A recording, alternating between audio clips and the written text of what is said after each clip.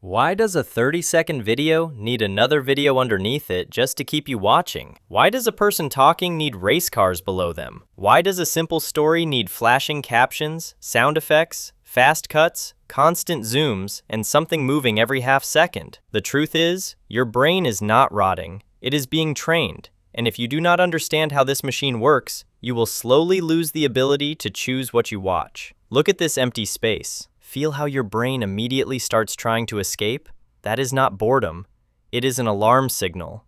The moment things become quiet, your brain now treats silence like danger, not boredom. Danger. A few years ago, you could sit through a movie scene where nothing happened.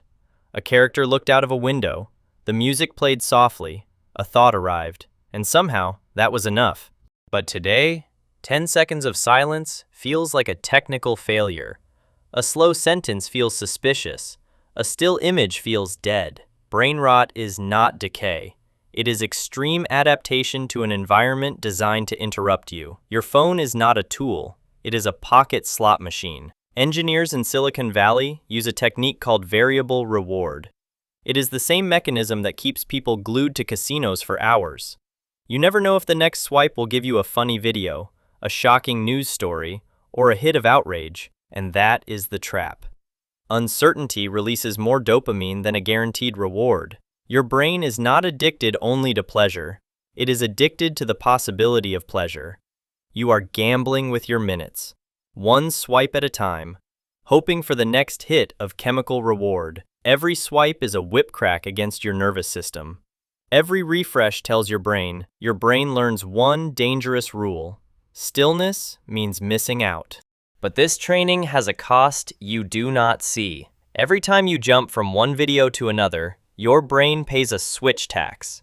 It is not a free move. It can take up to 23 minutes to return to deep focus. Now think about how many times a day you interrupt your own flow. You are living in a state of permanent fragmented attention. You can no longer read a book, not because the book became boring, but because your attention muscle has atrophied. You traded depth for speed. But depth is the only place where real satisfaction lives. Depth is where creativity lives. Depth is where peace lives. On the surface, there is only noise. You are floating in a stormy sea of stimulation. While the treasures of your mind are buried in the deep blue you no longer have the patience to reach. The good news is that you can retrain your attention. Here is your 3-step battle plan. Step 1. Gray. Go into your phone settings and turn on grayscale mode. Remove the color from your apps. Without the vibrant red of notifications and the saturated colors of videos, your brain will stop seeing the phone as a magic toy. Step 2. The 20-second rule. Make access to time-stealing apps difficult. Delete them. Hide them in folders. If it takes more than 20 seconds to open an app, you give your frontal lobe time to wake up and ask, "Do I actually want to do this?" Step 3. Rebuild silence. Start with 5 minutes of absolute nothing every day. No music, no podcasts, no notifications. At first, it will hurt. Your internal alarm will scream. Inside that discomfort, your attention is rebuilding. You are not a machine to be trained.